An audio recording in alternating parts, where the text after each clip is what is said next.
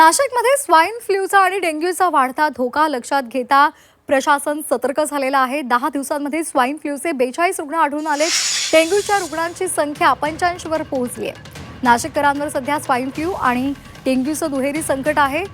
नाशिक शहरामध्ये H1N1 swine flu आणि डेंग्यूच्या रुग्णसंख्येमध्ये ऑगस्टमध्ये झपाट्याने वाढ झालेली आहे।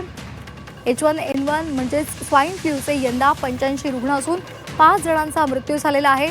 डेंग्यूची रुग्णसंख्या ही 85 वर पोहोचली आहे। अळ्या आढळल्यामुळे 208 आस्थापनांना नोटिसा दिल्या आहेत। उपाययोजना सुरू असल्या तरी त्यांच्या परिणामकारकतेवर प्रश्नचिन्ह कायम आहे। पावसाळ्याच्या पार्श्वभूमीवर शहरामध्ये स्वाईन फ्लू आणि डेंग्यूनं एकाच वेळी डोकं वर काढल्यामुळे आरोग्य यंत्रणेपुढे दुहेरी आव्हान उभं राहिलंय।